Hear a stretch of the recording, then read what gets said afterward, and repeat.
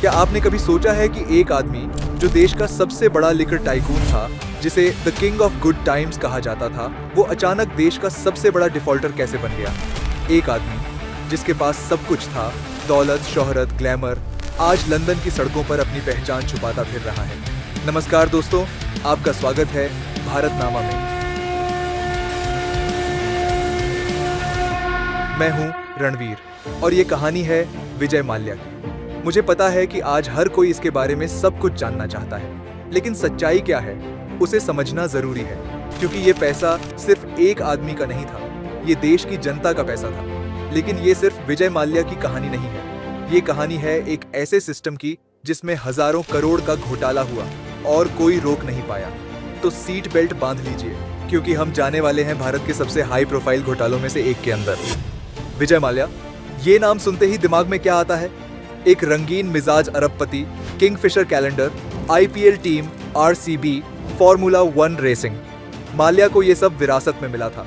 सिर्फ 28 साल की उम्र में उन्होंने यूनाइटेड ब्रूअरीज ग्रुप का साम्राज्य संभाला और उन्होंने उस बिजनेस को नई ऊंचाइयों पर पहुंचाया। किंगफिशर बियर को इंडिया का नंबर 1 ब्रांड बना दिया। उनकी एक ही सोच थी, बड़ा सोचो, और कभी कभी हद से ज्यादा बड़ा। 2005 में उन्होंने एक सपना देखा, भारत की सबसे लग्जरी एयरलाइन बनाने का। नाम रखा किंगफिशर एयरलाइंस।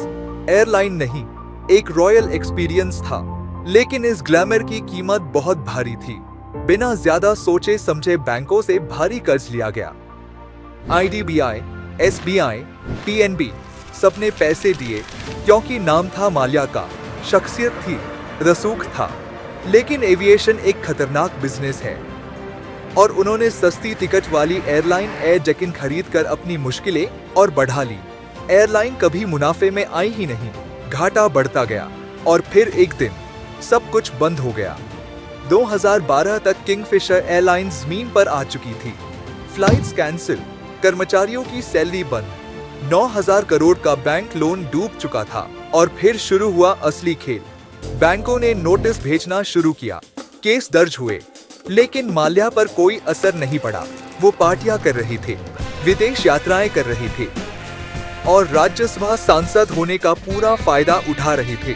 2 मार्च 2016 को माल्या चुपचाप देश छोड़कर लंदन चले गए। पीछे रह गए 17 बैंकों का कर्ज और एक बहुत बड़ा घोटाला। सीबीआई और एड ने जांच शुरू की और खुलासा हुआ, ये सिर्फ एक बिजनेस फेल्योर नहीं था, ये एक सोची समझी साजिश थी। लोन का पैसा शेल कंपनियों के जरिए विदेशों में ट्रांसफर किया गया, वहां प्रॉपर्टी खरीदी गई, फॉर्मूला 1 टीम में पैसा लगाया गया। यानी बैंकों का पैसा, जनता का पैसा ऐशो आराम में उड़ाया गया।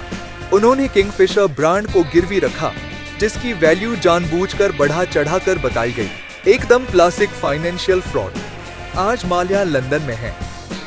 भारत सरकार उन्हें वापस लाने की पूरी कोशिश कर रही है। यूके की कोर्ट ने एक्स्ट्राडिशन ऑर्डर भी दे दिया है, लेकिन माल्या ने कानून के हर पैंतरे का इस्तेमाल किया है खुद को बचाने के लिए।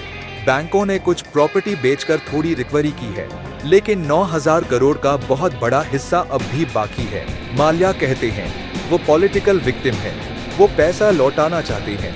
तो सवाल ये है, अगर लौटाना ही था तो भागे क्यों?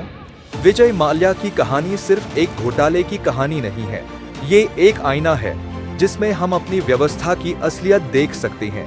ये कहानी है उन ताकतवर लोगों की जो कानून को जेब में रखते हैं, और उन आम लोगों की जिनका पैसा, भरोसा और भविष्य सिस्टम ने लूट लिया। क्या विजय माल्या कभी भारत वापस आएंगे?